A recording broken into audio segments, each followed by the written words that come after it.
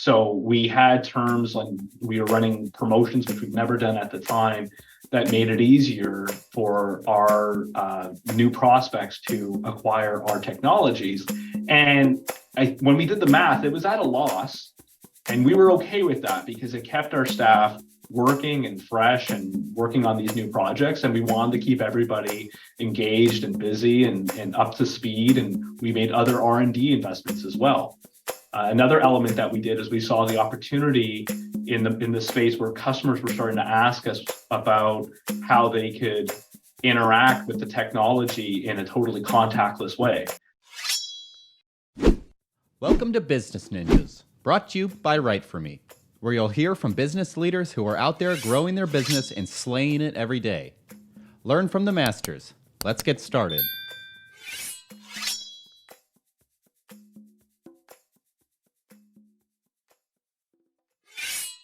Hey everybody, this is Max Pittman from WriteForMe, and you're listening to another episode of the Business Ninjas podcast. We're going to meet the experts who are making things happen and scaling their businesses, and today we're talking about Synerion with Mr. Paolo Gilfillan, who is the CEO at Synerion. Paolo, thank you so much for joining us today.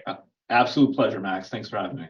Yeah, you bet. And I'm excited to dive into what you guys are doing at Synerion. And for everyone who isn't familiar with Synerion, it's in the B2B SaaS space.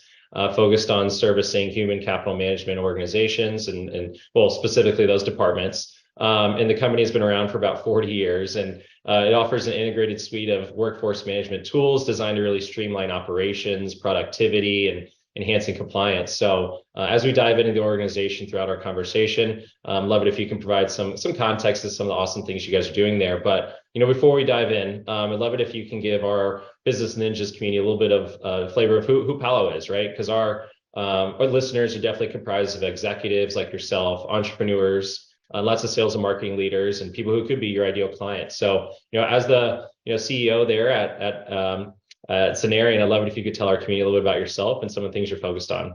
Yeah, absolutely. I've been with this organization about 18 years. It's I feel like one of the exciting things here is it's never really the same. We're really good about embracing change, and it's been a very sort of exciting place to be for that period of time. So I'm everything Synerion. Live and breathe Synerion and workforce management, human capital management technology.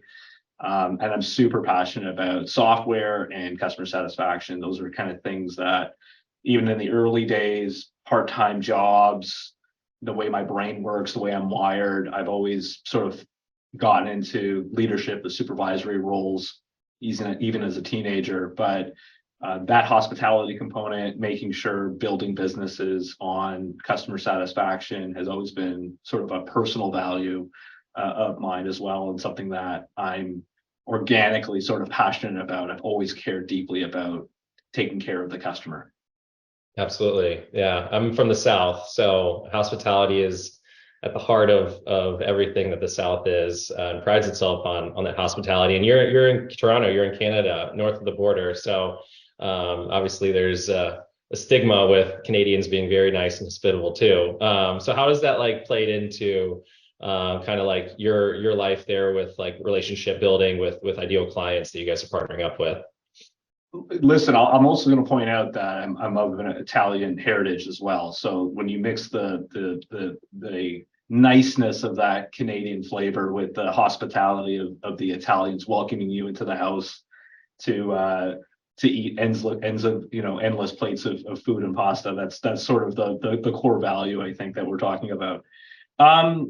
Yeah, so I mean, Toronto's a great place to create software technology. The talent pool here is fantastic. The educational system here around computer science has always been quite strong, which is actually where I came out of as well. And so you see a lot of well-educated, talented, good experience, a lot of startups, a lot of very large organizations with sort of R&D centers here in that Toronto space. So it's a great place to build technology and run a company that's building on technology first and foremost.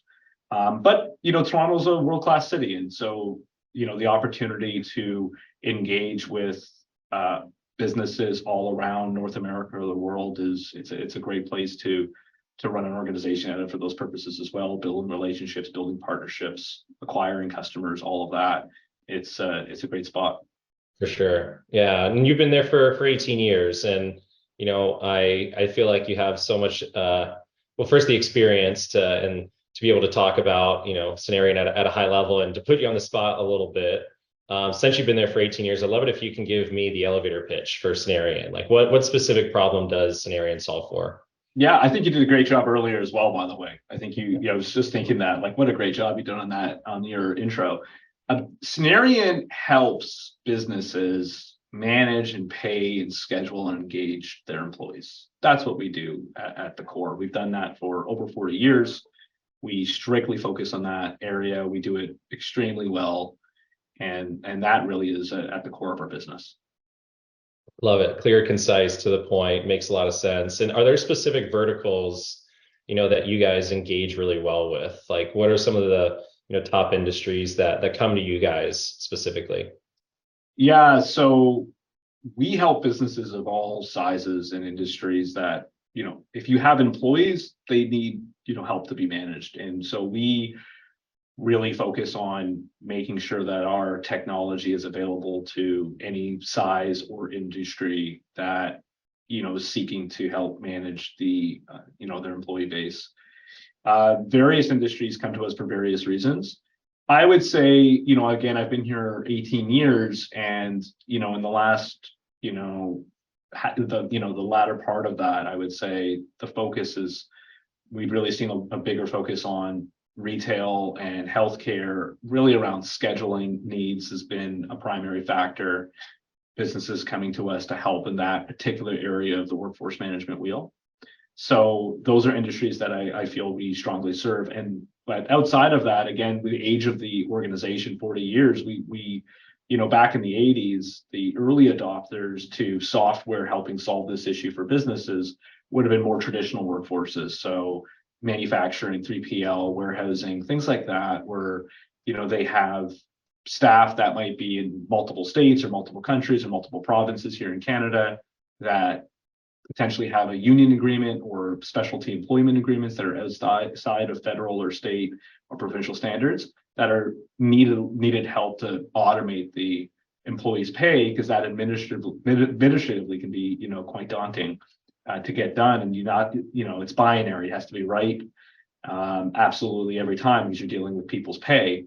And that was really the original value proposition. But where over the years and more recently, it's kind of grown into the scheduling, the absence management, the labor allocation aspects of businesses as well, looking at those to help manage the workforce from end to end.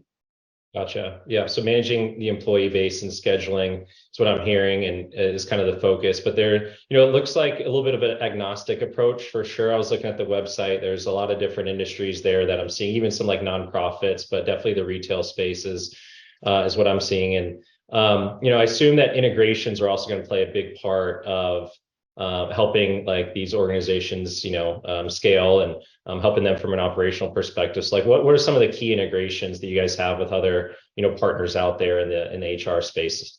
Yeah, listen, before I bring those up, even the name Synerion is a derivative of the word synergy. So we've been for a long time seeing the opportunity in the market as being a player that really specializes in this particular component.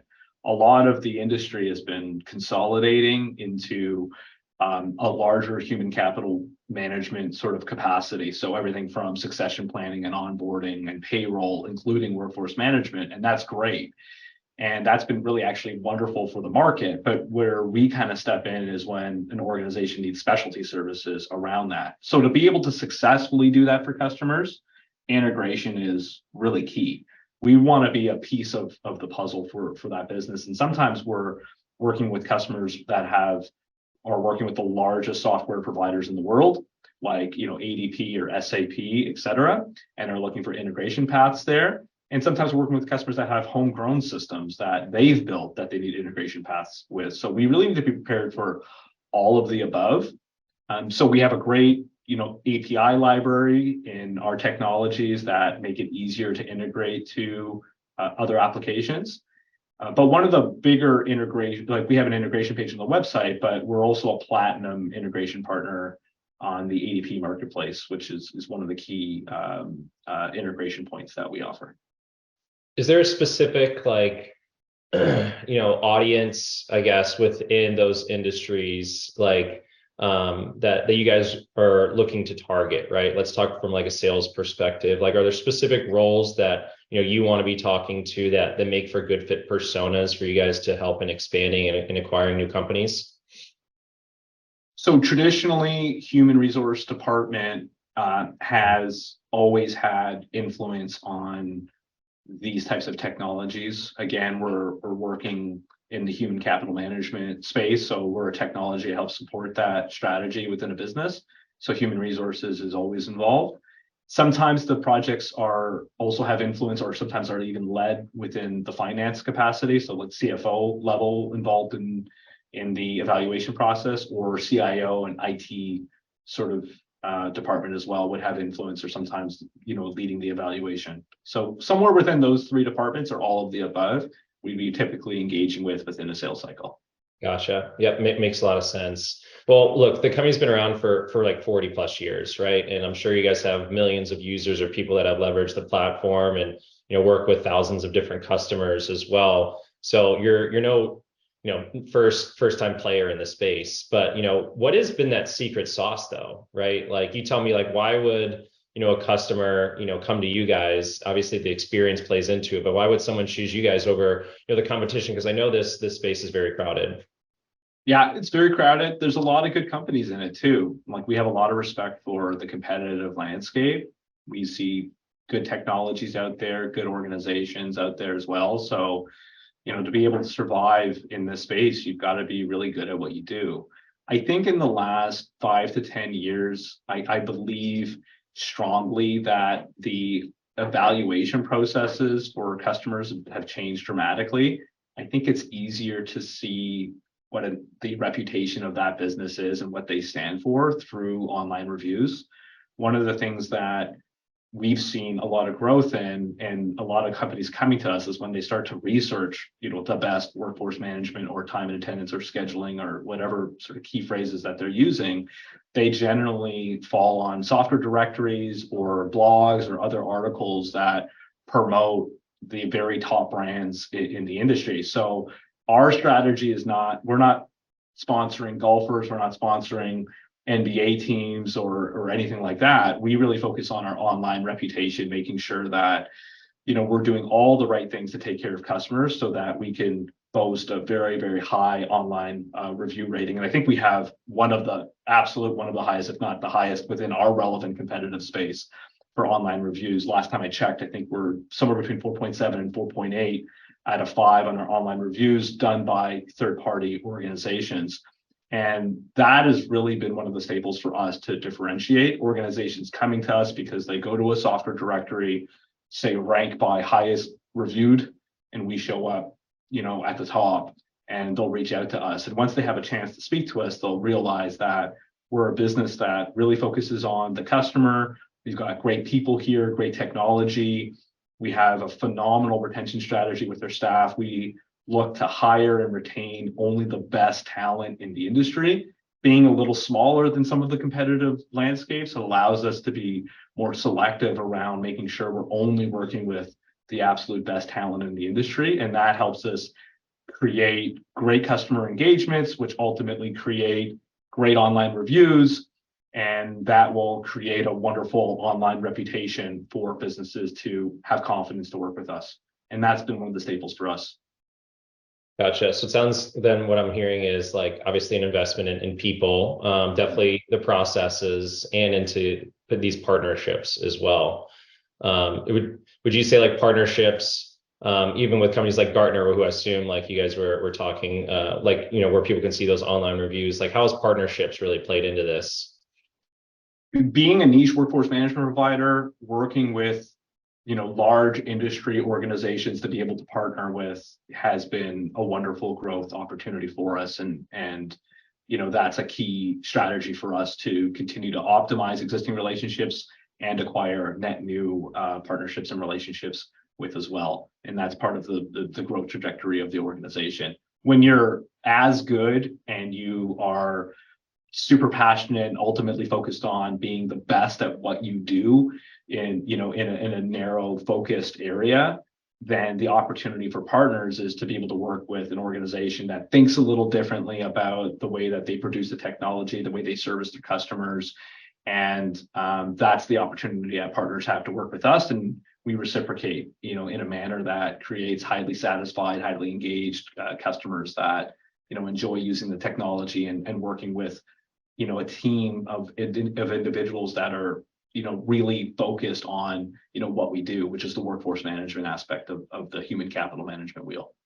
Gotcha. Yeah, that makes a lot of sense. I'd love it actually, Paolo, if we could like pivot just a little bit to, something that you and I had talked about earlier, which is like how the business really grew during COVID. Like, how did you kind of focus, on growing the organization in kind of a weird time that we all lived in? Love to kind of like get your perspective and share that with the audience too. Yeah, I mean, that's a great topic for us. I mean, it was ultimately very successful for us at the end, looking back. I could tell you, though, sort of in March of 2022, we didn't have a crystal ball. We didn't know where everything was going to go. But as an executive organization, it's a leadership organization. At that time, I was the VP of Sales and Marketing, so I wasn't the CEO of the organization. That's a new, an appointment that I obtained in January and accepted that role back in January this year. So it's a fairly new appointment for me. But looking back in 2020, I remember distinctly sitting in those sessions, virtual, of course, talking about what this means to the business and how we're going to ensure success, within it. And I'm really proud about the way the leadership team came together to not do anything drastic. That was the first thing. Let's just stay calm. We had a really well-run, financially stable organization, and we were willing to see this through without doing anything too drastic. And that was the first thing that we convinced ourselves of. We prepared for certain scenarios, but we really said, let's just settle down, not panic, keep a cool head, and make sure that we're making good decisions here and nothing that's too drastic. Where we started to see as early as April, in adjacent, I would say, not direct competition, but we started to see on LinkedIn, you'd see other organizations, leadership posting, letters to their employee base about why they needed to make certain drastic cuts within the organization. And I remember thinking at that time that like it was way too early to be making these decisions, and sort of shame on you. It was sort of the feeling that I think I had was, I think businesses that are well run and financially stable had the opportunity to ride that out longer before they started doing anything too drastic. And that's the position we took. In fact, even as early as March, we decided we were expecting a little bit of downtime, and we did a couple things. We said, first and foremost, our staff are super important, and they're the reason we've had the success we've had, and they're going to get us out of this, and they're going to be the reason we're going to come out on top. So let's make sure we're investing in them. And by investing in them, we looked at a couple things. One is ongoing education and training. Two, we took the opportunity to gain additional compliances within the SaaS space. So we looked at additional compliances like SOC and elements like that, and we decided to make those investments in a year we thought would be appropriate to do that because we were expecting a little bit of downtime. But the third thing we did was we really focused on creating strategies and terms to keep customers engaged with and comfortable with continuing to sign new business with Synerion. So we had terms like we were running promotions, which we've never done at the time, that made it easier for our new prospects to acquire our technologies. And when we did the math, it was at a loss.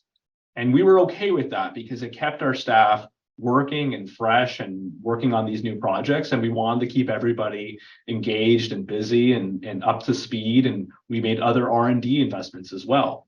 Another element that we did is we saw the opportunity in the space where customers were starting to ask us about how they could interact with the technology in a totally contactless way. So we're a software company, but a big part of what organizations sometimes use are hardware, physical hardware units that allow employees to clock in and out. So they would, use biometrics like placing their finger or placing their hand, and there was various, types of technologies that were prominent for us at the time. And we saw a need to go contactless. So the use of facial recognition, we felt that technology was really starting to become more stable. And, we started looking at how we can engage that level of technology into our business. And even additional things that we came out with and features around ensuring when employees were clocking in that we had technology to allow us to check their temperature. And another feature that we released shortly after that was an attestation feature, which allowed businesses to engage a COVID questionnaire when the employees were clocking in. So imagine showing up to work, not having to touch the unit at all. You're standing within a certain distance of it. It recognizes who you are to clock in, checks your temperature, and then engages you on a questionnaire to make sure that that the other staff, employees, or their consumers are all able to stay safe. And so these are the types of technologies that we invested in from an R&D perspective. So we really made a lot of investments there. And I look back and, hindsight's 2020. I felt all the right decisions. It's easy to make the wrong ones. And I'm not saying that we had, we had pure sight to know how this was going to roll out, but I'm super proud about the way we came out. We didn't lose any employees. We really focused on making the proper investments in the staff. And we actually had one of the best years financially ever from a top line revenue perspective in 2020, again in 2021, another record in 2022. So not only did we do the right things that allowed us to continue to operate the business in 2020, but we came out post-pandemic super well prepared because we were able to retain and had stronger, employees, more engaged employees than ever coming out. Yeah, I appreciate you kind of diving through, and I know it's a long time ago, kind of feels like forever ago. And I remember reading this article in the Harvard Business Review about, actually it came out in 2009 after the 2008 recession, about what the best companies did coming out of a recession, and companies that simultaneously focused on increasing their operational efficiency, which it sounds like you guys did, developing new markets and technologies, which definitely sounds like you guys did, and to enlarge kind of your asset base, showed like the strongest performance, coming out of that recession. So, companies like, I think one of the examples was like Domino's Pizza. Like they've been through, the 80s, they went through the dot-com bubble, they went through obviously COVID, right? Like just companies like that have continued to innovate over time, continue to grow even after a recession. So it sounds like you guys kind of hit all those key things that are going to help drive organizations through those tougher times. So I think it is definitely a little bit of offense and obviously some defense too that's going to help, versus being like totally preventative, versus totally like promotion focused type moves. Mm-hmm. Or bottom line, right? A little short-sighted and, trying to make cuts, too early when really we're not sure exactly how the market's, going to adjust to this. Right? Yeah. I mean, we shifted and there was a strong opportunity. There were businesses that were growing through the pandemic, and we created programs for our existing customers that weren't. We had a COVID program that allowed them to pause spending, et cetera. So we also, wanted to make sure that we focused on retention and allowing our, customers the opportunity to survive their, their long-term vision of their business, right? And not adding operational costs when they weren't getting use out of our SaaS product. So we had other programs like that as well to, again, trying to retain and keep good, quality customers, help them through a bad time. And then in addition, making sure we created an opportunity to have confidence in net new customers, right? To continue to grow the organization. So it was a challenging time, but I didn't read that article. It sounds very interesting. And there was a lot of businesses that, pivoted and made adjustments. And I thought that did a great job through those, challenging years. Yeah. Yeah. I mean, your focus on technology and optimizing it for COVID and the investments there seem to be, necessary also at the time too. Kind of from there, like that perspective to like where you are today as a business, Obviously there's a focus on partnerships. We talked a little bit about that, but what about from a marketing perspective? Like, are there focuses on social, outbound, digital, maybe a mixture of all three of those? Like, how are you guys trying to stand out from a marketing perspective today? Yeah, we've always had really good success on our digital channels for sure. And we've seen that opportunity to continue to grow and create, awareness for our types of products and in general, as well as, our particular brand in the market. So digital has always been sort of the lead strategy there. Partnerships for sure is one that we're really focused on. It takes a lot to be a good partner. There's a mental shift there that a business needs to go through. And I think that that's really an area for our organization to see a lot of opportunity and improvement on. We've always been a good partner, but I think being a great partner, there's a few additional steps that, need to happen. You need to ensure that you understand your partners, you understand their needs, you understand their customers' needs, and that you're creating technologies that service that relationship. It's not just about selling into that base, it's understanding their unique needs and what they're doing in the market and where you can be helping that partner and ultimately their end customer. So that's a mental shift for our organization, and I believe we've done that shift very quickly. And that's one of the great things about Synerion is I think one of the core values we've always had, and was the opportunity to embrace change and shift with the times. Again, that's what got us through those early times within the COVID pandemic, but in addition allows us to shift the organization very quickly to what the market needs and how to build out, services for those new opportunities. That for us though is key. We're again specialty here. We want to continue to focus on being great at what we do, not try to open up the wheel too far. I think there's adjacent sort of features and technologies that we can add to service our customer base and our partnership network. But ultimately, this is our core, and we want to continue to be the best at it. We want to be great at it. And that's going to allow us to service customers and partnerships and continue to grow that network further through reputation, essentially. Got it. Yep. Reputation management, continue to get those reviews, posted in those public channels so people can find you guys, focus on a mixture of all like channels over digital as well. Like, what about from like a sales perspective? Are you trying to, is there a focus there to help grow the organization and continue to, bring on those team members that can support like obviously onboarding, kickoff, but obviously the front end and doing demos, identifying use cases and challenges that you guys can solve for? Yeah, sales, I mean, that's where I kind of grew out of. And I was operating and running that area of the business for quite a long time before taking over this new role. So I'm very passionate about that area of the organization. One of the shifts I did when I first took over that area, because I wasn't running that from day one, was ensuring that we had great sales individuals, just the best sales individuals, create an environment that they want to be part of, that they want to be engaged on, create an environment of togetherness. So ensuring that, they can work as a team and there's enough opportunity for everyone. So not having them kind of compete necessarily with each other, which is, you'll see in other sales organizations, creating compensation structures that make perfect sense, that are like one page and not super complicated and has, 5 gotchas on it. So those are the early steps that we did. But the idea was, let's get great sales talent to help service our customers and our partners. That was the objective, right? So you got to put the right pieces in place to be able to do that. And what I'm a big believer on, and we are growing that area of the business for sure, but what I'm a big believer on is you don't grow sales reps first. That's an older strategy that I think worked at various times when you had to. It was all about knocking on doors, right?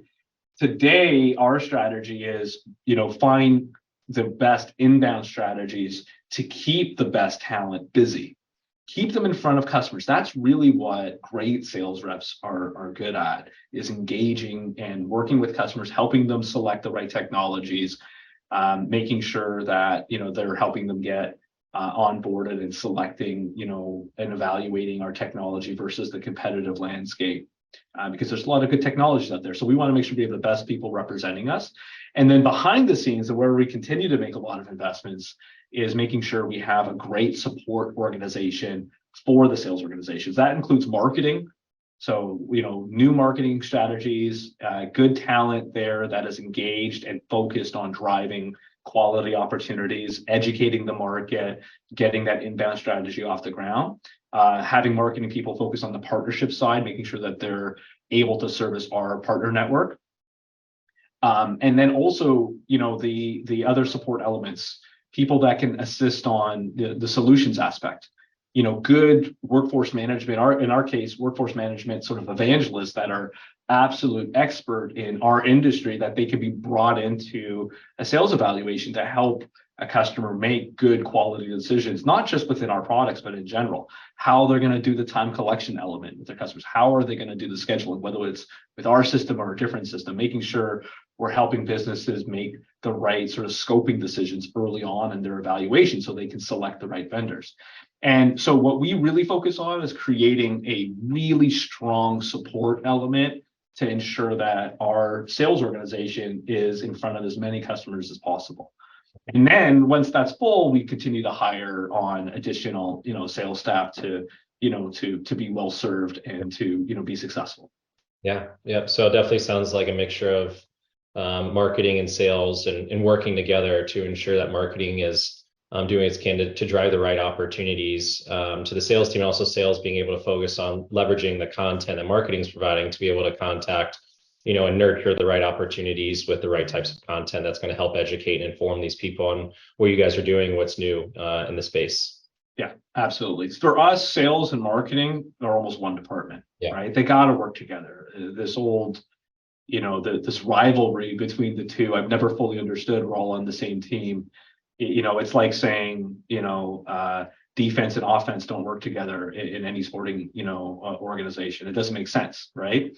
And certainly doesn't make sense for us. So we're very fortunate. We have great people here, and they do work, really close. They feel like it's one, they're all one, working towards the same common goal. And that's how I think any organization really should be able to operate. And for us, it's been the case for a long time. Yeah, 100%. Well, what's look like as we wrap things up, I'd love it if you can kind of share. I know we've talked a lot about like kind of the history, what you guys did during the COVID years, what you guys are currently doing today. Let's talk a little bit about like what's the focus for the rest of this year, or something that you guys want to be, focused on celebrating. Maybe it's a metric, something qualitative, or quantitative, or something qualitative that you guys are, looking to accomplish. We're halfway through the year already, which is crazy. We're in Q3 if you guys are on the yearly fiscal calendar. So what's top of mind that you guys are working to accomplish? Yeah, we are on fiscal, and it's been an incredible half year so far. We've seen continued growth within the organization, and we're on pace to set yet another record within the organization. So we're feeling really good and optimistic about this year. I think within our organization, and I think SaaS organizations that are a little bit more on the mature side, where they have a stable, customer portfolio, I think that, they're able to look a longer term out as we are. And because there's a lot more predictability in the revenue and elements like that. And that's the case for us. So I'm really fortunate that I don't have to be as concerned about 3 months or 6 months out per se, as I can really be focusing on the next 3 to 5 years. But in the next year or so, we want to continue just doing the right things. We have grown very well. We have strong aspirations to continue to grow the organization strongly. And I think any good SaaS company like ours needs to focus on, in order to grow, you got to be able to satisfy and retain the customer base that you do have. And so that's an area that we're making additional investments on. We've never been shy to do the right things for our customer base, but we're adding, resources and departments there to ensure that we can continue to create strong engagement and loyalty within the base, so that we can have strong retention, low churn, and as we're acquiring new customers, which for us is something that we're very good at, and we've been fortunately very good at for a long time, we're doing that off of a base of customers that is continuing to grow. And so those are the types of metrics that we're looking at in the short term. For sure, we want to make sure customers are satisfied, which will equate, well, for us, the order goes, employee satisfaction, keep employees happy. They're going to satisfy the customer base. Satisfy customer base means, high retention, low churn, right? And with that in place, it makes it a lot easier for us to continue to see the prosperity that we're looking for in new business and on the top line of the organization. And those are the things we're going to look at in the next 6 months and 12 months. Love it. Yeah, it trickles down right from your own employees to the partnerships and the relationships you guys are building out to ensure like that retention rate continues to rise and the churn rate continues to decrease, because that's where the money really is, for sure, as you guys continue to operationalize and service your clients. Yeah, absolutely. Well, this has been great, Paolo. I really appreciate you diving into all of these different topics with us about how you guys are growing and scaling the business and who you are and what you do and where your focus areas are and who you partner with. So I know we've covered a lot of ground, and as we wrap things up, I love it if I want to give you the floor. Feel free to plug anything, share anything that we haven't covered yet. How can people find you guys? Love to kind of give you the floor to tell our audience anything that we haven't talked about thus far. Yeah, I appreciate it, Max. Look, our I think anyone can find us at Synerion.com. You can find us on various social channels, etc. We are an easy organization to work for. We've got great core values. We've got great people here, great technology, and any business that is interested and thinks that there's an area that this can be improved on within the organization, we're happy to talk to, regardless of what stage of the evaluation process that you're in. We engage with a lot of new prospects that are just, in the very, very early stages. They're just thinking like, hey, I wish I could do A, B, or C with my existing technology. Can you folks do that? And, we're happy to have those conversations. We're always thinking long term. Usually those customers will see 2 years, even 3 years from now, they'll come back to us when they're good and ready, or the renewals are up on their existing partner. And we're always happy to engage with them early. And we work with a lot of organizations that are there. They've decided I'm using A, B, or C technology, and I'm looking for something a little different. And they're coming and saying, I need these 3 things that we don't do today. Can you do them? And we love engaging with those conversations. So I think I would just encourage your audience to reach out to us if they have any interests on any spectrum of the evaluation. Don't be shy, and we'd love to chat with you.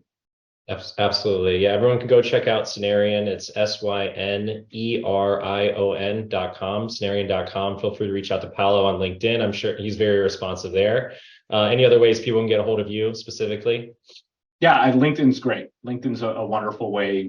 Feel free to connect with me, follow me, and reach out to me there. And then, of course, on the website, we'll have my contact details are there as well as additional forms if they want to see a demonstration of how the application works or look at pricing and things like that. There's a lot of information on the website that is available to them as well.